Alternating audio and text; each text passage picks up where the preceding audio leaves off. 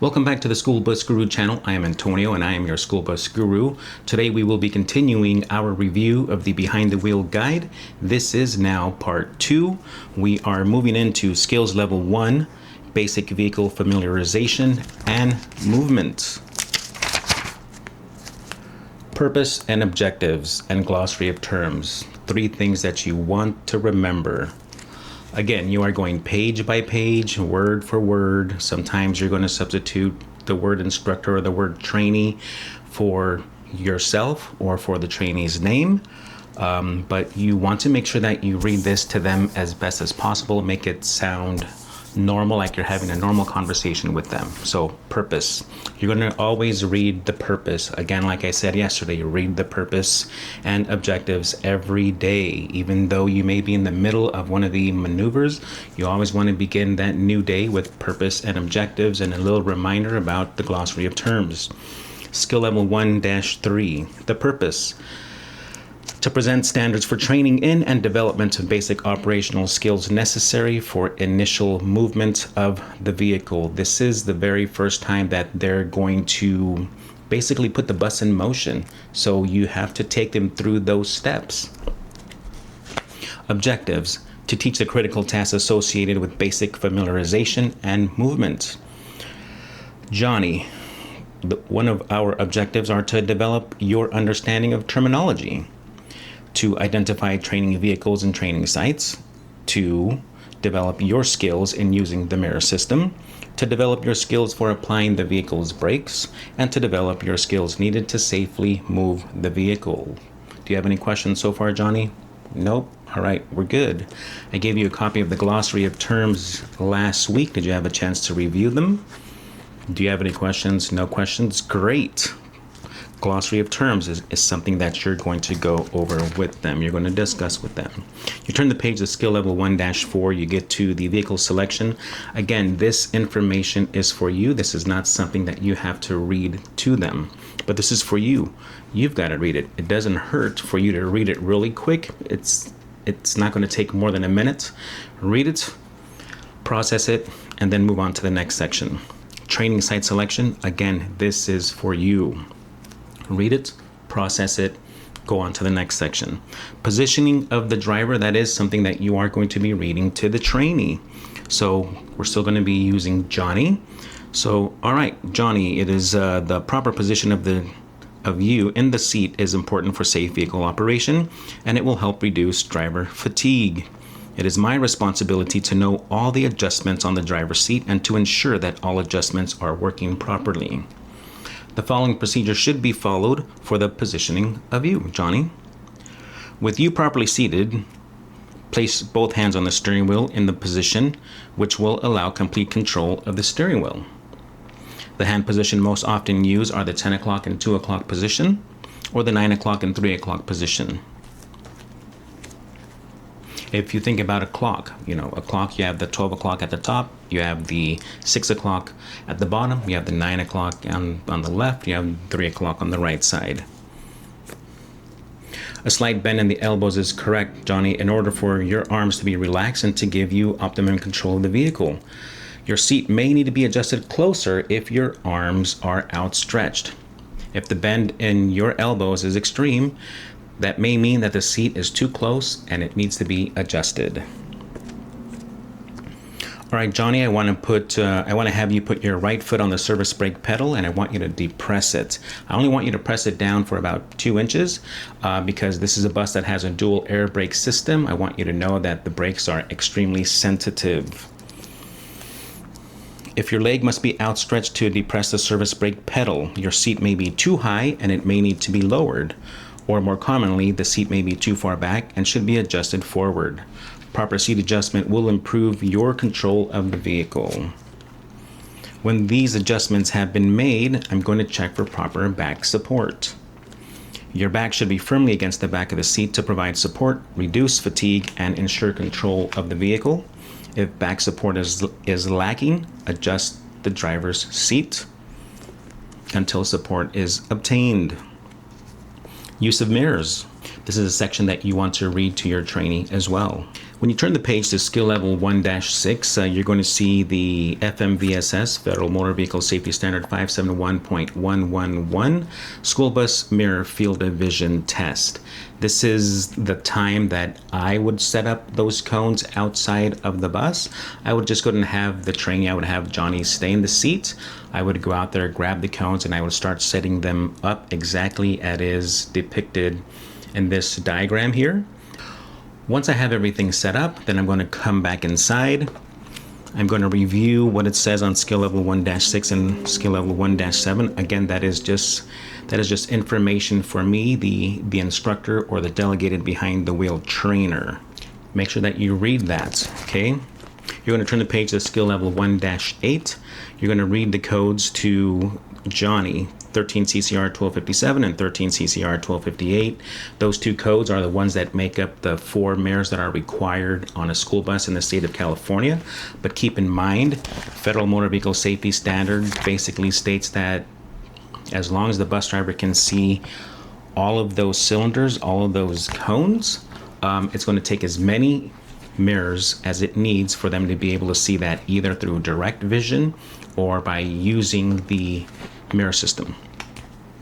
Here in the state of California, if that was a question that was asked, how many mirrors are required in the state of California for a school bus? The answer is 4, but really it's whatever it came with. If it came with 7 mirrors, then it needs 7 mirrors.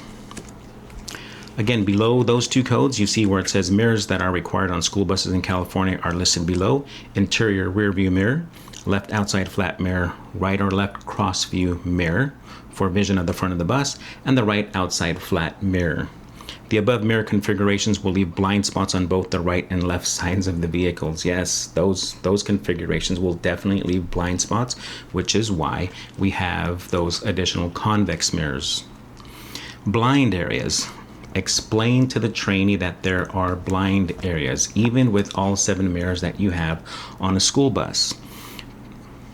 Number 1, 2, and 3 are instructions for you. This is what you need to talk to the trainee about. I'm going to explain to Johnny that there are blind areas, and I'm going to show him where are those blind areas. I'm going to show Johnny on number 2 the size and danger of these areas, and on number 3 the use of the flat and the convex mirror system to minimize the blind spots. The small little paragraph below that probably should have been a number 4, but it says trainees must be instructed to lean their bodies forward in the driver's seat and move side to side to help eliminate blind areas that are created by the vehicle body or the mirrors. So yes, you want them to be able to have the mirrors properly adjusted. You want them to use the mirrors. You want them to know that there's blind areas around the vehicle. You want them to lean forward, to lean back, to lean side to side, kind of like a little dance. Whenever you see these diagrams inside the Behind the Wheel guide, it doesn't hurt to show them what this diagram is showing, unless you're showing them outside. Skill level 1-9, you are going to read vehicle code 26709, which is driver vision and mirror adjustment. You're going to read that to them, explain that to them.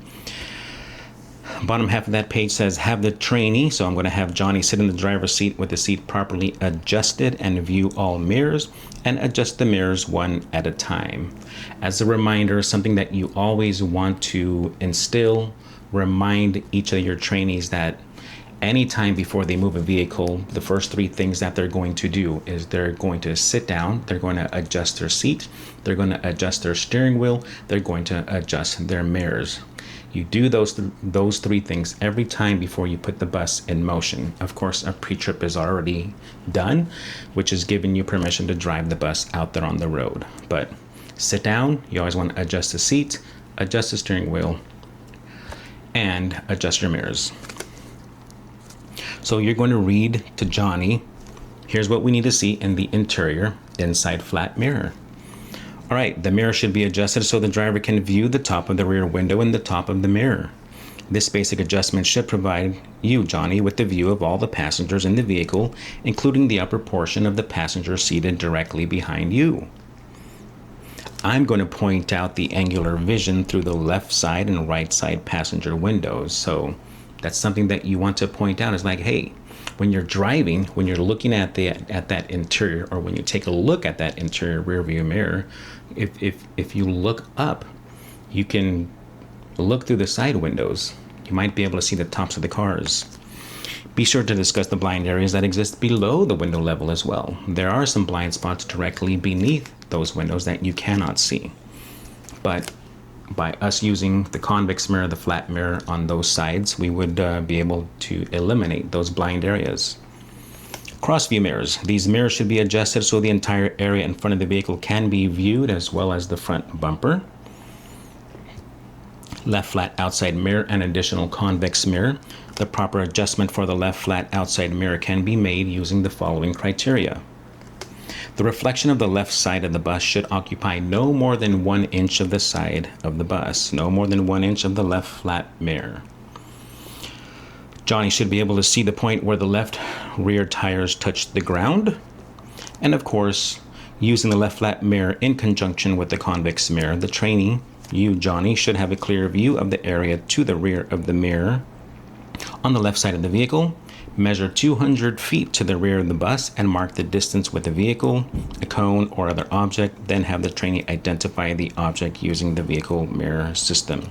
We want to see 1 inch of the side of the bus, 200 feet to the rear tire touching the ground. You have to show them what 200 feet looks like. In order for them to be able to see 200 feet to the rear, they may have to lower their body, lower their head to see 200 feet to the rear. Right flat outside mirror and additional convex mirror. Basically, you're reading that. It says the same thing as the left flat mirror. Use the flat mirror, use the convex mirror together. And of course, you will be able to see 1 inch to the side of the bus, 200 feet to the rear, and the rear tires touching the ground. You turn the page to skill level 1-11. We have a note. This note says that the Department of Education recommends that the driver of a Type 1 bus adjust the right and left flat outside mirrors so he or she can view the rear tires at a point where they touch the ground and 200 feet to the rear of the bus. Danger zones. Instructors must instruct. So this is for you, and this is something that you want to remind the trainee about. Let's read it. Instructors must instruct trainees of the dangers associated with the areas outside of the vehicle referred to as the danger zone. That is one of our glossary of terms, danger zone. This is something that you're going to be using throughout the whole entire training. Danger zone. Be aware of your danger zone. Know what is in your danger zone. Trainees must check all mirrors for any problem objects in the danger zone prior to moving the vehicle. Yes, that's why we do a 5-count mirror check before we put the bus in motion, because we want to make sure that there's nothing in the danger zone, nothing that the moment we move, we're going to hit something forward, backwards. It is critical that proper mirror procedure be used before and during all vehicle movement. Yes, that's something that we have to teach each and every person, is how are they supposed to be using the mirrors, how frequently we want them to use it. And I'll be talking more about that later in another video, most likely. Use of brakes. Okay, so now you're going to talk about using the brakes. I already mentioned something about it, but it says proper use of brakes with the engine off. Explain to Johnny that air brakes are generally more sensitive than what he or she has been accustomed to, and that less pedal pressure is needed to make a smooth, easy stop. Have Johnny place his right foot on the service brake pedal and depress it to a point where you know that the vehicle will make a smooth and easy stop. So I teach them to just to press it down about 2 to 3 inches.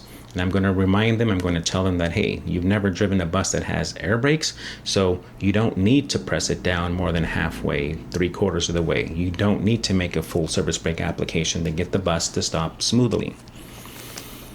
I will need to drive the bus before to determine proper brake application, and of course all of our buses basically feel the same way, stop the same way, so I already know. I'm going to have Johnny repeat this exercise several times to understand the amount of pedal pressure it takes to make a smooth, easy stop. I'm going to have Johnny move the bus and then stop, move the bus and then stop, move the bus and then stop.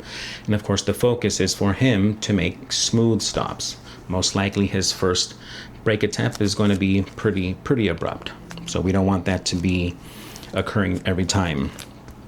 I'm going to discuss with Johnny the weight of the vehicle and the energy it takes to stop the vehicle.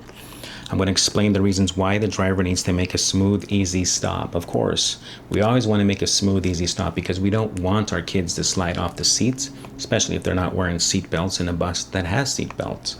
We don't want their backpacks to fall off the seat. All right, moving on. Vehicle movement, automatic transmission. This lesson is the first time that Johnny will start the engine and will move the vehicle. Starting the vehicle. Explain the shift pattern and shift lever.